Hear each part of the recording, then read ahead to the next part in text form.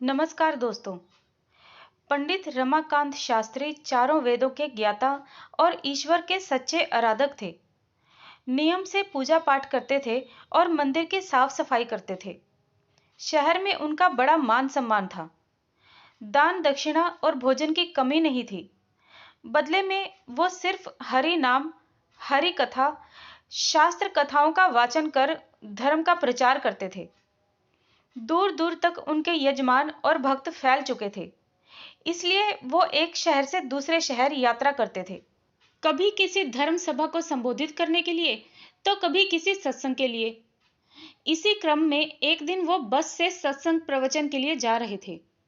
उनके दो चेले शिवानंद और रामानंद हमेशा उनके साथ रहते थे और आज भी वो दोनों साथ ही थे। तेज रफ्तार से चलती हुई बस जब एक सुनसान जगह से गुजर रही थी कि अचानक बस रुक गई। बस चालक ने कई प्रयत्न किए, लेकिन वो बस ठीक नहीं हो रही थी।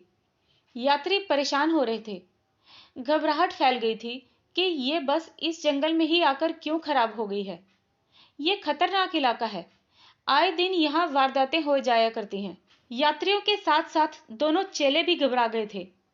लेकिन पंडित रमाकांत शास्त्री जी सभी यात्रियों को समझाते हुए बोले, बस रुक गई है तो आप सब परेशान क्यों हो रहे हैं।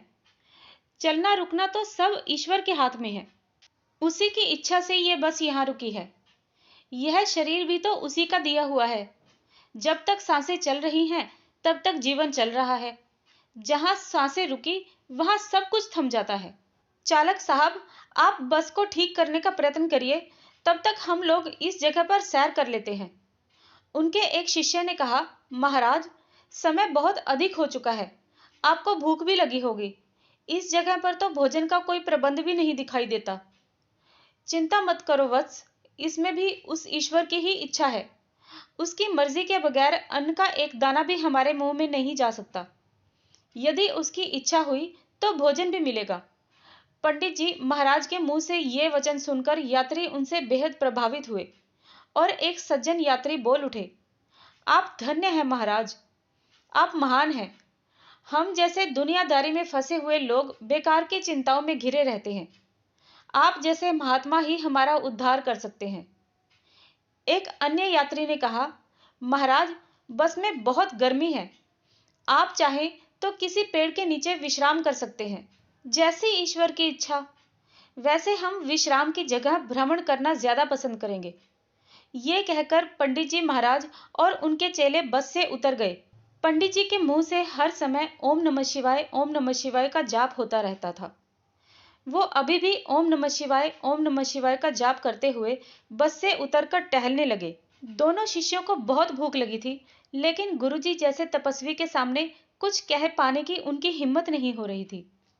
उधर पंडित जी उस रमणीक स्थान पर शांत और साफ नदी, हरे भरे जंगल और नदी पार दूर पहाड़ों को देखकर मोहित होते हुए अपने चेलों से बोले, देखो शिवानंद, देखो रामानंद, कितना सुंदर मनोरम दृश्य है। आहा, आनंद आ गया। ये प्रकृति भी हमारे जीवन का प्रतिरूप है। जिस प्रकार छोटी छोटी नदियां अपना अस्तित्व मिटाकर समुद्र में विलीन हो जाती हैं, उसी प्रकार हमारा भौतिक शरीर भी अपना अस्तित्व मिटाकर ईश्वर में विलीन हो जाता है। दोनों चेले भी अपने गुरु की स्तुति गाने लगे। आहा हा, कितनी सुंदर उपमा दी है महाराज। वाह। अच्छा महाराज, एक बात बताएं, क्या हमें कभी भगवान के दर्शन हो सकते हैं।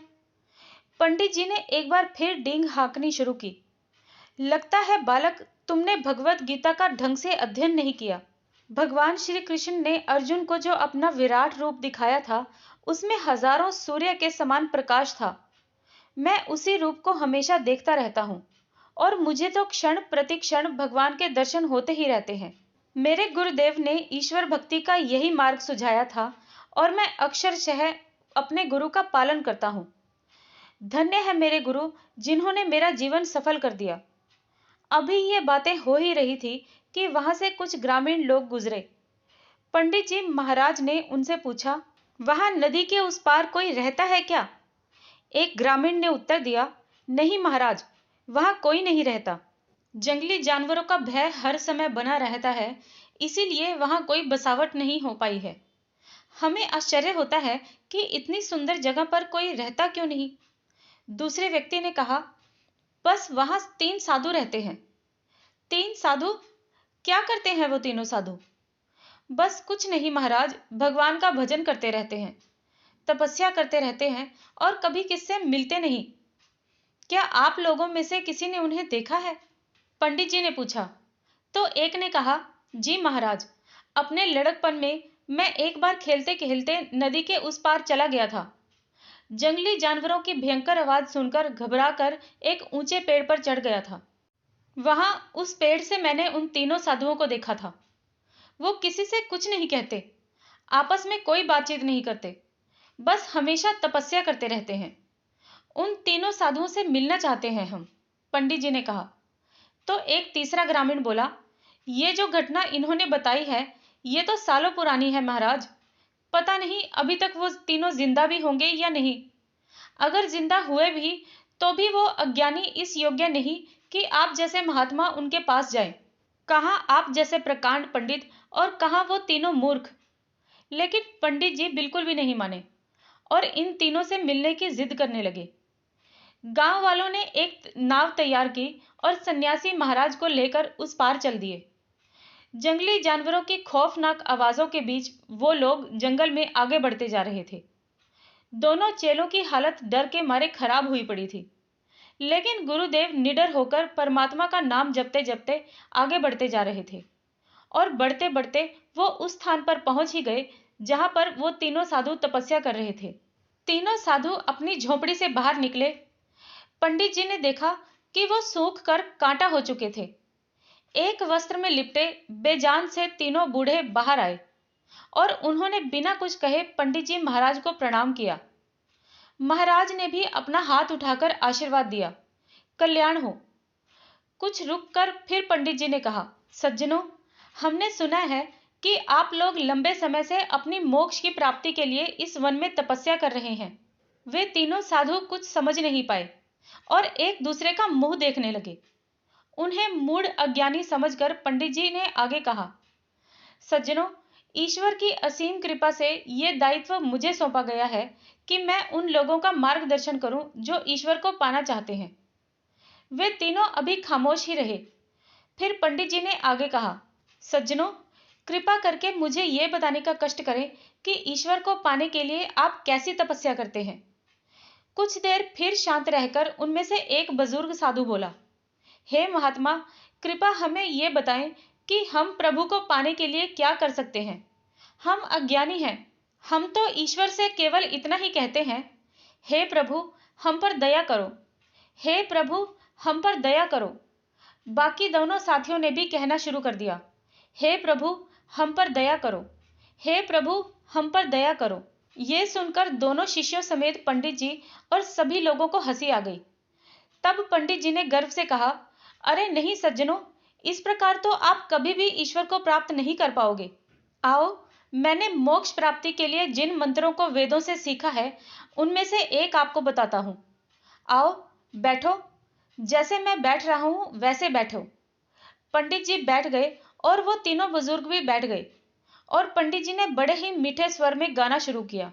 त्वमेव माता पिता त्वमेव, त्वमेव बंधु सखा त्वमेव, त्वमेव विद्या द्रविणं त्वमेव, त्वमेव सर्वं मम देव देव। सभी लोगों के सुर आपस में मिल रहे थे। वे तीनों भी सुन सुनकर इस मंत्र को गाने लगे। गाना खत्म होने के बाद पंडित जी ने कहा, भक्तजनों, अब मुझे समझ में आया कि हमारी गाड़ी खराब होने का ईश्वरीय प्रयोजन क्या था। आप तीनों जो भक्ति के मार्ग से भटक कर अपनी मोक्ष प्राप्ति के लिए तपस्या कर रहे थे, आप लोगों को सही रास्ता दिखाने के लिए ही ईश्वर ने आज हमें यहाँ भेजा है। ईश्वर बड़ा ही कृपालु है।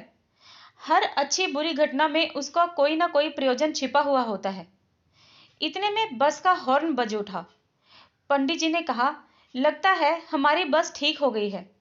भक्तजनों, आप हमारे बताए हुए मार्ग पर चलते रहिए, इसी प्रकार गाते रहिए और ईश्वर को प्रणाम करिए। आपका कल्याण हो। अब हम यहाँ से चलते हैं। पंडित जी अपने चेलों समेत वहां से चले गए और वो तीनों साधु वहीं बैठे गाते रहे, त्वमेव माता पिता त्वमेव, त्वमेव बंधु सखा त्वमेव, त्वमेव विद्या द्रविणं त्वमेव, त्वमेव सर्वं मम देव देव। अभी पंडित जी अपनी बस में जाकर बैठे ही थे और बस चलने को ही थी कि पंडित जी की नजर खिड़की के बाहर पड़ती है और बाहर का नजारा देखकर उनके होश फाख्ता हो जाते हैं। उन्हें विश्वास नहीं होता कि वो जो देख रहे हैं वो सच है या कोई सपना। उन्होंने देखा कि वो तीनों साधु दौड़ दौड़ कर उन्हीं की ओर आ रहे हैं। उस पार के जंगल और उनकी बस के बीच में जो नदी थी, वो उस नदी के ऊपर से दौड़ते हुए उसे पार करते हुए आ रहे हैं। और वो ऐसे दौड़ रहे थे मानो पानी है ही नहीं, जमीन पर दौड़ रहे हों। पंडित जी अपनी आंखें मलने लगे कि ये हो क्या रहा है। सब यात्रियों ने देखा तो वे सब लोग डर गए कि ये तो कोई तीन भूत हैं जो पानी पर चले आ रहे हैं। पंडित जी महाराज तुरंत बस से उतरते हैं। वे तीनों पंडित जी के पास पहुंचते हैं और उन्हें दंडवत प्रणाम करके उनसे कहते हैं, हमें क्षमा करिए महाराज, हम आपका दिया हुआ मंत्र भूल चुके हैं। कृपया करके वो मंत्र हमें फिर से बताइए ताकि हम अपने ईश्वर को पा सकें। दूसरा बोला, हम महामूर्ख अज्ञानी हैं, जब तक हम आपका दिया हुआ मंत्र जप रहे थे तब तक याद रहा, जैसे ही रुके उसके बाद भूल गए। तीसरा बोला, आपको ईश्वर ने हमारा कल्याण करने के लिए भेजा था, लेकिन हम मूर्ख आपका दिया हुआ मंत्र भूल गए। कृपया करके आप वह प्रार्थना हमें फिर से सिखा दीजिए। पंडित जी की आंखें खुल गई और अब उन्हें समझ में आ गया कि इस बस के खराब होने का ईश्वरीय प्रयोजन दरअसल क्या था।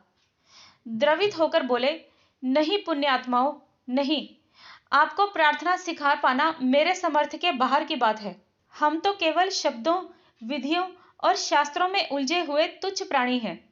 हम अहंकारी हैं और अपने ही आडंबरों में फंसे हुए हैं। सच्चे भक्त तो आप हैं। आपको आपकी प्रार्थनाओं ने ईश्वर तक पहुंचा दिया है। हे महात्माओं, हे पुण्यात्माओं, अपनी प्रार्थना में ईश्वर से हमारे लिए भी प्रार्थना करिए कि हमें सद्बुद्धि दे और भक्ति का सच्चा मार्ग हमें भी दिखाए। मैं आप तीनों को प्रणाम करता हूं। सभी ने एक दूसरे को झुककर प्रणाम किया। हे दयालु, हम पर दया करो। हे दयालु, हम पर दया करो। हे दयालु, हम पर दया करो। ऐसे कहते हुए तीनों वहां से चले गए और पंडित रमाकांत शास्त्री जी अपनी बस में बैठकर अपने सत्संग की ओर चल दिए। मित्रों, आज की ये कहानी आपको कैसी लगी मुझे कमेंट बॉक्स में ज़रूर बताएं। मेरे इस चैनल को सब्सक्राइब करें, इस वीडियो को लाइक करें और अपने फ्रेंड्स और फैमिली के साथ इस वीडियो को शेयर भी करें। तो मिलते हैं फिर किसी कहानी के साथ इसी चैनल पर। तब तक के लिए धन्यवाद।